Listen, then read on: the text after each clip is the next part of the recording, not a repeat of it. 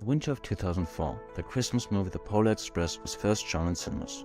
The movie bombed. Apart from mediocre critics, it was just able to break even with grossing around $300 million on a budget of $150 million. Something that was criticized often was that the characters had something eerie and creepy to them. Especially the dead, lifeless eyes were unsettling and fear-inducing to critics and audiences alike.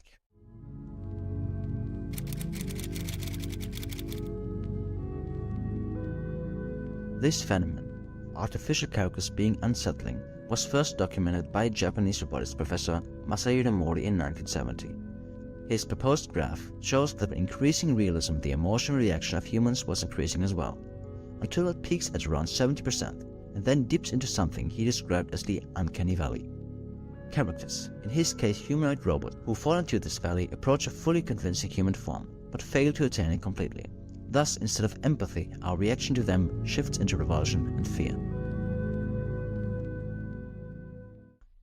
Apart from the looks of a character, Mori also analyzed the effect of movement in artificial characters. He concluded that movement is something that can amplify or dampen our reaction to a character in relation to their appearance. As a solution to these problems, Mori suggested that designers should strive to reduce the character's realism, making them not drop into the valley but rather stay on the peak. This could help humans feel the characters more empathically and making the fear vanish. Noteworthy is that although studies have proven that the phenomenon hypothesized by Mori has proven itself to be real, the graph he proposes doesn't necessarily need to be. Different ideas researched in the past include an uncanny dimple or uncanny cliff. Although Mori's ideas mainly focused on robotics of his time, Polar Express shows the same principle can be applied to digital media like movies and, with increasing realism, video games as well.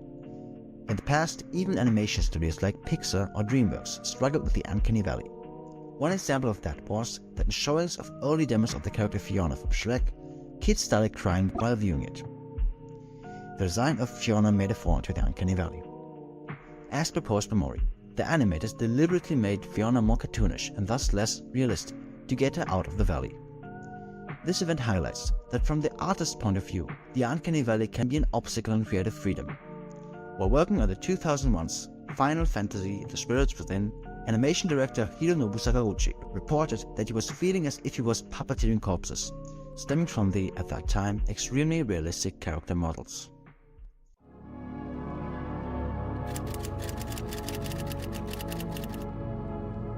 Thinking about it, this fear is really weird.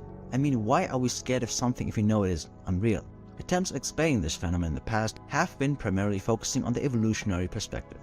Scientists speculated that realistic characters mimic our behavior of repulsion to unattractive or ill people, as they were a danger for our health and reproductionary abilities at caveman times.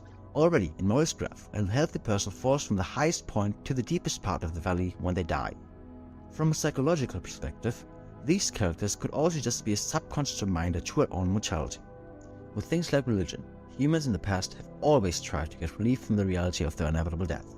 A study conducted in 1999 had found that this so-called mortality salience, the conscious thinking about one's own mortality, increased stereotypical and even racist thinking among participants. But maybe it is nothing more than just a symptom of the recency from this never-before-seen artificial realism. Maybe once we get used to the reality of these characters and them being a part of our life in the future, we may be more open to acceptance. And even if we don't, the rise of AI in recent years has proven that artificial characters are getting increasingly better at mimicking humans. Maybe one day they will not go out of the valley by becoming less realistic, but climb out of it by becoming undistinguishable from real humans, fooling us all.